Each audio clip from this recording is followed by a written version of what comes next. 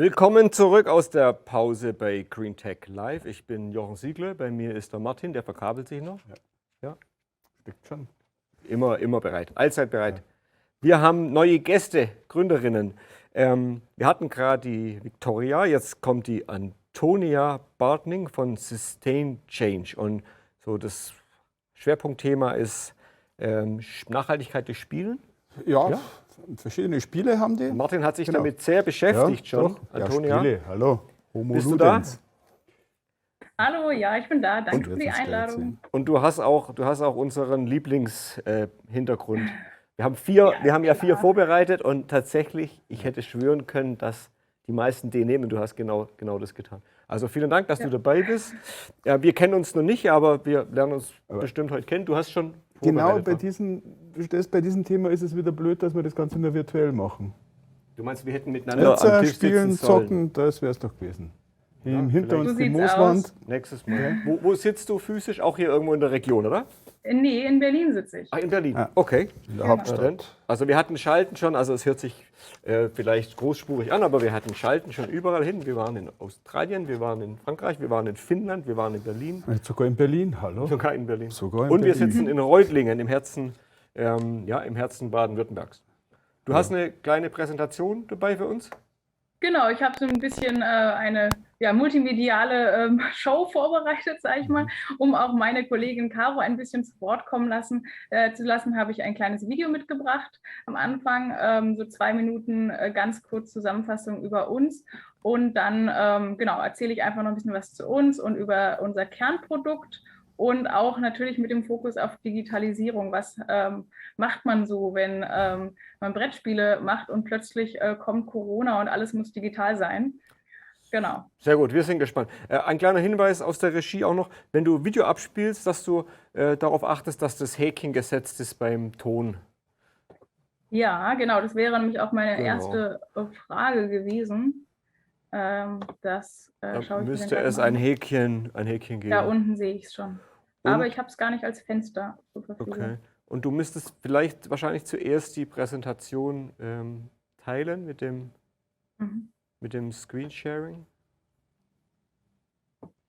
Ja, ich kann aber kann mein Video gar nicht zeigen. Zumindest wird es mir nicht gezeigt, die Option. Mal schauen. Wenn ich hier auf Erweitert gehe, dann habe ich die Option Video, aber das bringt mir auch nichts. Ne?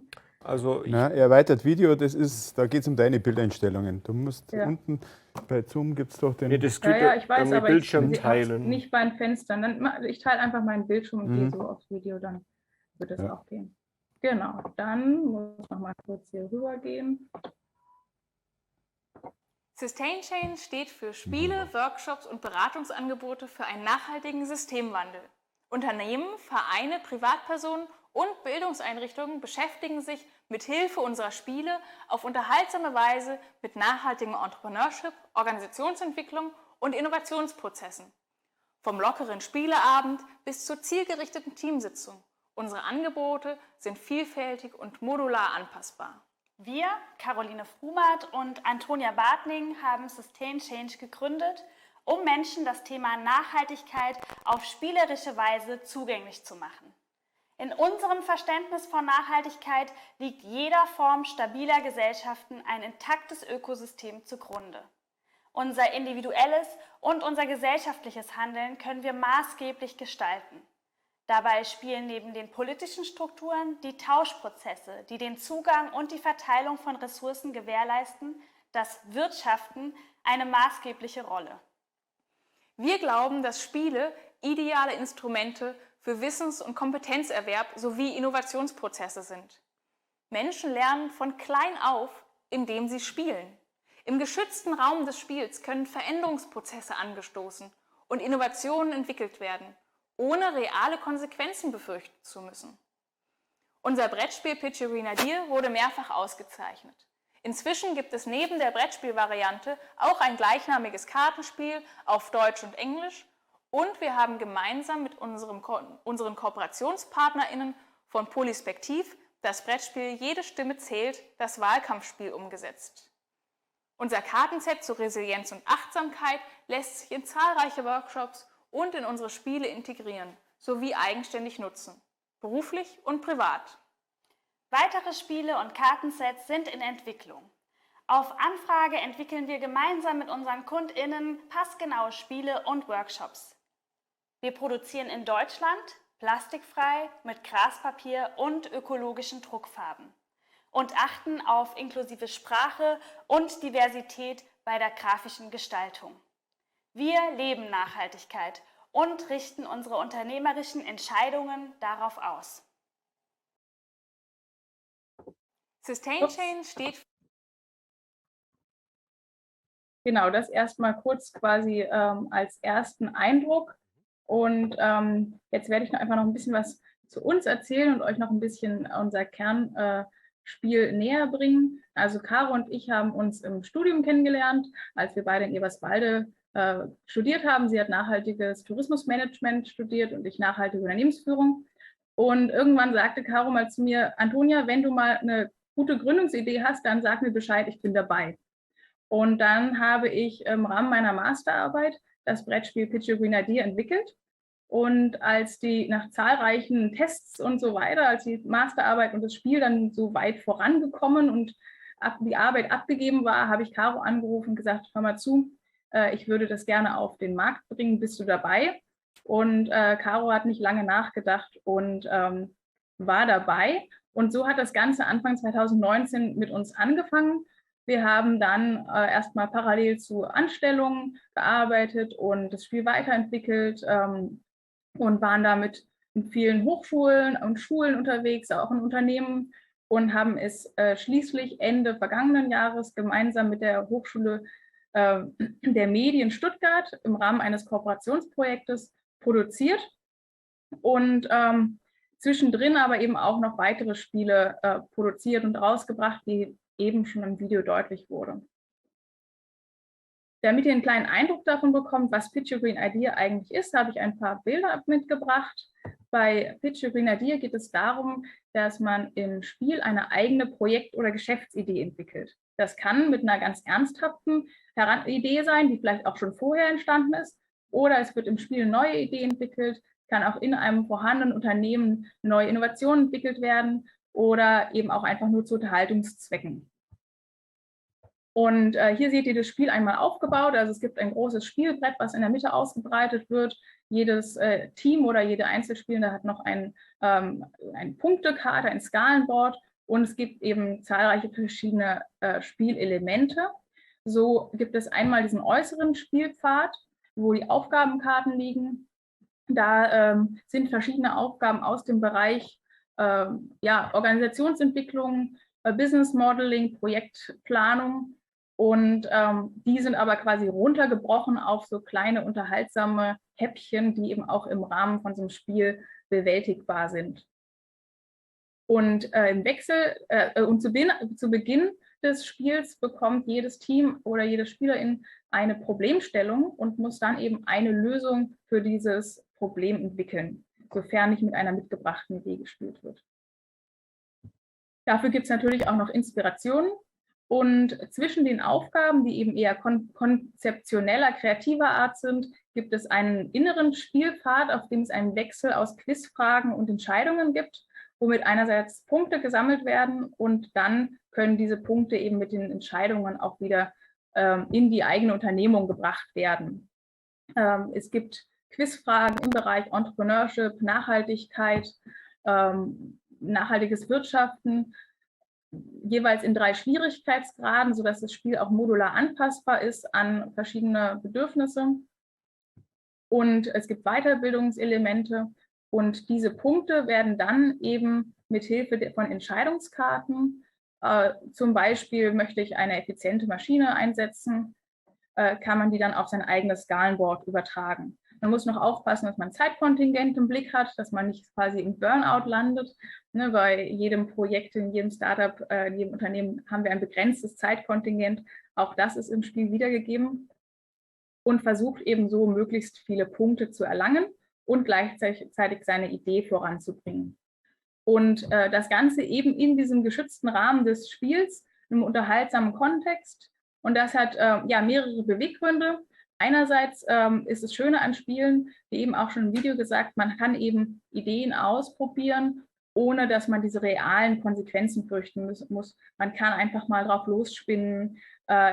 Es wird nicht gleich bewertet, ob es nun in der Realität umsetzbar wäre oder nicht, ob es in der Firma umsetzbar wäre oder nicht, sondern man kann einfach das mal durchdenken und am Ende feststellen, ah ja, es wäre tatsächlich realistisch, es umzusetzen zum Beispiel, oder es dann auch wieder zu verwerfen.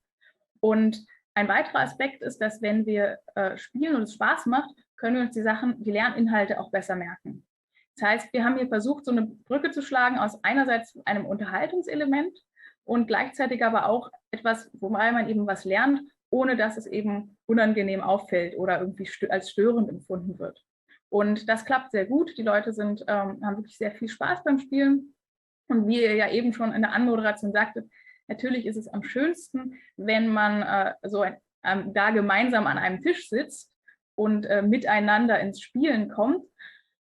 Aber vor 2 Jahren hatten wir so wie viele andere auch die Situation, dass wir plötzlich ganz schnell auf digital umsteigen mussten. Schon vorher wurde ich häufiger mal angesprochen, ja, ob wir denn nicht auch eine digitale Variante vor dem Spiel machen würden. Immer so, nein, auf keinen Fall. Ich hatte meine guten Gründe dafür, im Brettspielbereich zu sein. Und weil ich eben ja das sehr schätze, wenn man gemeinsam an einem Tisch sitzt und sich sieht und miteinander spricht und lacht. Aber es ging dann halt kein Weg drumherum. Wir mussten auch digitalisieren und haben innerhalb von einer Woche eine erste digitale Variante davon auf die Beine gestellt, um es dann auch in unseren bereits gebuchten Workshops weiter einsetzen zu können. Dafür hatten wir zunächst mit einem interaktiven PDF gearbeitet. Das zeige ich euch mal kurz. Da kann man verschiedenste Dinge auch integrieren. Also man kann hier Audios drin haben. Wir haben Schaltflächen, wie wir es auch von klassischen Spielen kennen, und konnten eben so viele Spielelemente wie auch das Kartenziehen simulieren und haben eben gleichzeitig auch noch hier einen Arbeitsbogen drin, wo die Teilnehmenden ihre Ideen eintragen konnten. Und viele weitere Funktionen. In dem Fall war das ein Auftrag fürs Goethe-Institut. Da hatten wir dann auch noch einen Vokabel-Lernbereich drin und am Ende eben das Skalenboard auch digital dann sichtbar und in den Hilfebereich. Also verschiedene schöne Dinge, die wir da machen konnten, aber trotz allem auch mit gewissen Limitationen und ja auch dem Problem, dass es eben gerade bei solchen PDFs dann doch immer wieder zu Schwierigkeiten kommt, haben wir dann uns letztendlich dafür entschieden, das jetzt auch nicht mehr so viel weiter zu vertiefen. Trotz allem haben wir es eben viel in Workshops jetzt eingesetzt. Das funktioniert auch gut, aber am Ende ist es halt trotzdem nicht das Gleiche, wie wenn man an einem Tisch sitzt. Und jetzt sind wir einen weiteren Schritt gegangen, haben das ganze Spiel auf ein virtuelles Whiteboard übertragen. Das sieht dann ungefähr so aus. Es ist jetzt gerade noch im letzten Feinschliff. Auch hier das sieht jetzt schon viel mehr aus wie das Brettspiel, wie ihr es eben gesehen habt. Auch hier hat jeder seinen Arbeitsbereich und so kann man das auch ganz schön simulieren. Genau, so haben wir eben die Brücke geschlagen zwischen Brettspiel und Digitalem. Und wir werden jetzt auch sind wir im weiteren Verlauf an einem Projekt, dass wir einen Konfigurator entwickeln und da die Möglichkeit geben wollen, dass die Menschen online ihr eigenes Brettspiel zusammenstellen können oder ihr eigenes Kartenspiel, dass sie sich quasi aus den Materialien, aus diesem sowieso schon modular angelegten Konzept etwas Eigenes zusammenbauen können und dabei aber von dem Konfigurator durch die verschiedenen Optionen geleitet werden. Und so möchten wir einerseits noch mehr verständlich machen, wie das modulare Spielkonzept funktioniert und auch die Möglichkeit geben, eben wirklich ein Spiel angepasst für den eigenen Bedarf zusammenzustellen. Denn gerade im Business-Kontext, aber auch in der Lehre, ist es eben so, dass es häufig bestimmte Anforderungen gibt, die dann nicht unbedingt immer in einem komplett fertigen Produkt vorhanden aufzufinden sind. Und da ist eben diese modulare Anpassbarkeit besonders hilfreich. Das jetzt erstmal so im Kurzdurchlauf, ein kleiner Einblick. Und ich habe ja gesagt, ihr habt bestimmt noch einige Fragen mitgebracht. Ich bin gespannt und wer noch mehr über uns erfahren möchte, sieht hier auch die Kontaktdaten. Könnt ihr gerne auf unsere Website draufschauen. Das ist noch alles relativ übersichtlich, aber auch da gibt es noch ein kleines Filmchen. Und ansonsten im Social-Media-Bereich haben wir auch ein paar Bilder und Videos von uns. Sehr schön, Antonia. Ganz herzlichen Dank. Sehr sympathisches Projekt, sehr sympathisch präsentiert. Also Glückwunsch für die Idee. Ist nicht so ganz einfach zu sortieren, finde ich persönlich, aber ich bin kein so ein Spielfreak. Du bist mehr der Ernste, gell? Genau. Ja, genau. ja. Wir nehmen uns sowas von ernst auch meistens. Ja, gell? doch, jetzt, was du sagst. Und Brettspiel, also ich bin eigentlich so ein bisschen Brettspiel-Fan, aber du bist ein richtiger Brettspiel-Fan. Ja, so mittelrichtig. Gut, was mich was mich total verwundert hat, dass man ein Spiel umsetzen kann mit einem Miro-Board. Also das ist mir jetzt neu. Ich kenne Miro-Board eigentlich nur als Bullshit-Bingo, ja, aber also, wie habt ihr das gemacht? Wie geht das mit dem Miro-Board? Das ist eigentlich relativ trivial. Also zum Glück mussten wir das jetzt nicht selber umsetzen, sondern es hat ein Planspiel-Facilitator für uns umgesetzt, der das jetzt selber in den nächsten Tagen einsetzen wird. Aber im Wesentlichen lädt man die Bilder da rein, muss halt alle Spielsteinchen und so weiter vorher gut fotografieren und freistellen und kann die dann, so wie auch Post-its oder so, da drauf bewegen. Ja. Und anders als jetzt bei diesem interaktiven PDF, was ich dir gezeigt habe, wo halt Punkte automatisch zusammengerechnet werden, passiert das auf dem Miro-Board natürlich nicht. Also das muss man dann, so wie am Tisch auch, selber verschieben und zusammenrechnen. Genau, also es ist nicht wie bei einem Computerspiel, wo alles von allein passiert. Ja genau, Stichwort, ist das auch geplant, ist das weiterzuführen, sagen wir mal auch eine Version für die Xbox oder eine Version für das Smartphone zu machen, für iOS und Android? Naja, ich sag mal, wir haben ja schon eine sehr spezielle Thematik, sodass ich denke mal, die Xbox wird jetzt wahrscheinlich nicht so sehr im Bereich unserer Zielgruppe angewendet. Es gibt Überlegungen. Ja, also es gibt schon gewisse Überlegungen, aber erstmal ist es natürlich auch, gerade wenn man es dann richtig programmiert, wem sage ich das, eine hohe Investition. Ja. Und erstmal wollen wir eben sehen, dass wir jetzt das Brettspiel voranbringen. Und dann wäre das eine Zukunftsvision also und auch davon abhängig, wie die, genau. Also Schwerpunkt liegt auf dem physischen Brettspiel im Moment. Das habe ich so rausgehört auch, oder? Genau, der Schwerpunkt liegt erstmal auf dem physischen und die digitalen Varianten nutzen wir halt wirklich vor allem selbst für unsere Workshops oder eben andere Facilitators, die das dann auch für ihre Workshops einsetzen. Und die Spielsteine in dem Brettspiel, sind das echte Bohnen? Oder das sind echte Bohnen, ja. Könnte man auch, wenn man möchte, danach kochen. Wenn du ganz besonders hungrig bist, dann kannst du es auch einpflanzen. Wenn du zornig bist, kannst du dran nagen oder Gut, so. Das war jetzt das eine, aber ihr habt ja mittlerweile schon mehr im Programm, oder? Im Portfolio. Ich habe gesehen, also Wahlspiel, was war noch da? Genau, wir haben eben zum einen, bevor wir dieses sehr umfangreiche Brettspiel produziert haben, haben wir erstmal Kartenspielvarianten davon rausgebracht. Und das sind quasi kleinere, abgespeckte Versionen.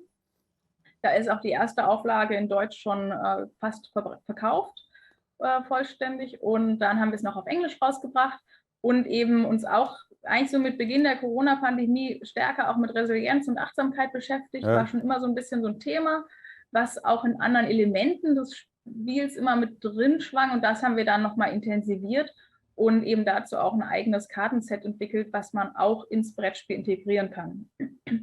Also das finde ich eine geschickte Sache, dass du auch so, weil so ein Kartendeck, das kann man ja viel leichter mitnehmen, mal für unterwegs, mobil. Das ist ja praktisch fast die Smartphone-Version mit so einem Kartenspiel. Ja, gut, und was ist sonst noch geplant? Also ihr wollt jetzt wirklich, Lernspiele ist euer Thema. Ja, also genau, wir versuchen den Spagat zwischen Gesellschaftsspiel und Lernspiel, dass man es wirklich, oder Serious Game, wie es teilweise auch genannt wird, dass man es wirklich in diesen verschiedenen Bereichen einsetzen kann. Ich kann es sowohl privat und zu Unterhaltungszwecken, also es ist auch ein Ziel, dass wir da noch bekannter werden, dass man eben auch mal abends statt bekannten Wirtschaftsspielen auch mal ein Spiel mit ökologischer oder nachhaltiger Ausrichtung spielen kann, wobei das durchaus auch nicht total auf Öko getrimmt sein muss. Ja. Und dann hatte ich ja noch das Wahlkampfspiel erwähnt. Das ist ein bisschen nochmal so das war inspiriert von Pitch Your Green Idea, das war eben so ein Kooperationsprojekt. Da haben wir eben als quasi, ja, als eigenes Spiel geht es eben um Wahlkampagnen, war in Bezug auf die Bundestagswahl, war es dadurch inspiriert, es dann zu machen. Und das wollen wir auch noch weiter voranbringen. Du hast gerade nochmal Pitch Your Green Idea erwähnt. Also spannend wäre natürlich zu hören, was gab es denn für Ideen, die gepitcht wurden? Vielleicht erfolgreich, vielleicht irgendwie eine Idee oder ein Konzept oder irgendein Beispiel, das du nennen könntest, das tatsächlich wegen mir durch euer Spiel entstanden ist. Also wir haben jetzt sehr viel in Gründungszentren, in Hochschulen mit den Studierenden an ihren Projekten gearbeitet. Das waren ganz unterschiedliche. Dann in so eher freien Spielerunden sind die verschiedensten Ideen entstanden. Also was hatten wir? Wir hatten eine große Solar- und Salzgewinnungsanlage mit angeschlossenem Gewächshaus. Also sowas in die Richtung war mal eine Idee. Dann verschiedene Ideen für Getränke, wo gleichzeitig Frauen Chancen bekommen, ihre Rezepte, also ihre Kultur auch voranzubringen mit Hilfe dieser Getränke und sich darauf zu präsentieren. Wir hatten mal eine App für um quasi den Finanzdschungel durchsichtiger zu machen. Das war auch spannend. Also so verschiedenste Apps wurden schon fiktiv entwickelt. Ich kann jetzt noch nicht sagen, dass dieses eine Produkt daraus dann so entstanden ist. Also bei den Startups, die damit gearbeitet haben, die haben halt ihre Ideen vorangebracht. Und da gibt es auch Ideen, die auf dem Markt sind inzwischen, wo auch die GründerInnen hinterher gesagt haben, ja, jetzt haben wir uns endlich mal mit Fragestellungen beschäftigt, die hätten wir die ganze Zeit schon mal angehen müssen. Und jetzt hatten wir im geschützten Rahmen dieses Spiels oder mussten wir es einfach mal machen, uns mal 4 Minuten lang mit unserer Zielgruppe auseinandersetzen. Aber eure Zielgruppe ist eigentlich, ich sag mal, vor allem im Corporate-Bereich ist es nicht so, dass ihr auch, ich sag mal, viele Privatkunden habt, die sagen, nee, das möchte ich unbedingt irgendwie abends zu Hause spielen, sondern eher im akademischen Bereich oder im Corporate-Bereich? Nee, ich würde sagen, tatsächlich vielleicht so gut 1/3 Hochschulen, dann ein kleiner Teil Unternehmen. Das ist jetzt auch gerade durch Corona nochmal ganz schön ausgebremst worden. Ne? Alle gucken sehr, die sparen sehr. Dann so auch 1/3 oder ja, etwas weniger als 1/3 vielleicht Privatpersonen. Und weil du gerade sagst, die sparen sehr, gib uns eine Größenordnung. Gibt es da verschiedene Module? Gibt es da die Online- und die Brettspielversion irgendwie im Kombi-Abo oder so? Was für ein Invest wird notwendig? Naja, das machen wir ganz individuell. Also in der Regel bietet es sich an, wenigstens einen Tagesworkshop zu machen. Man kann natürlich auch was Kürzeres machen. An Hochschulen sind wir häufig nur einen halben Tag oder für 2-3 Stunden. Bei Unternehmen ist es schon gut, wenn man wenigstens einen Tag hat. Also wir hatten zum Beispiel, waren wir kürzlich bei einem Unternehmen, die wollten sich stärker mit Vielfalt und Geschlechtergerechtigkeit auseinandersetzen, eine IT-Firma. Und die haben eben auch das Spiel dann gespielt, um sich so fern von ihren eigenen Thematiken so ein bisschen darüber Inspiration zu holen und auszutauschen. Und dann haben wir das Ganze als Tagesworkshop gemacht, weil wir dann ja das Spiel auch einbetten in einen Einstieg am Anfang. Dann werden im Anschluss nochmal Themen vertieft und dann nochmal auf bestimmte direkte Themen so eingegangen im Workshop-Format. Also euer Angebot ist, wenn ich es richtig verstehe, einfach auch, ich sag mal, das physische bzw. das digitale Spiel in Kombination idealerweise mit Workshops. Genau. Okay, aber ihr vertreibt es auch online, gibt es das auch im Spielefachhandel, im Spielzeugladen? Bisher gibt es nur im Direktvertrieb über uns, aber wir sind dran, dass es auch im Fachhandel erscheint. Ja, also let's play, oder? Wie sagt man? Genau. Lass uns spielen. Also, aber da braucht man eine Idee. Na? Obwohl, die kommt im Spiel. Nee, Antonia, Ihr braucht keine Idee vorher. Nee, aber wir Das ist hoffen, angenehm. Antonia, wir hoffen, weil wir machen eine GreenTech-Konferenz, weil der Planet irgendwie Kopf steht und Klimakrise und Krieg und Energieeffizienzdebatte und Chaos irgendwie herrscht. Von daher, wir hoffen, dass jemand vielleicht über dein Spiel eine gute Idee hat, die er pitcht. Pitch Your Green Idea heißt euer Spiel. Vielleicht gibt es einen spielerischen Ansatz für eine Lösung, die vielleicht uns alle ein bisschen weiterbringt. Ich fand es super, dass du dabei warst. Hast du noch irgendwas, was du sagen Ja. willst? Ne, ich habe jetzt eigentlich gar keine Ja, Zeit. er surft schon auf eurer Webseite. Ich und spick guckt, schon was auf eurer es- Homepage. Also, Genau. Antonia, nochmal ganz herzlichen Dank nach Berlin. Es kommt nochmal eine Gründerin. Also wir haben verschiedene junge Kolleginnen da. Sehr, sehr schön und alles Gute euch für euer Spiel. Und hoffentlich gibt es eine richtig gute Idee, die gepitcht wird, eine grüne. Und bis bald. Okay. Das hoffen wir auch. Vielen Dank und bis bald beim Ja. Spieleabend. Ja, Genau. ja beim physischen Spielabend. Schiebe, ja. Genau. Ja, okay.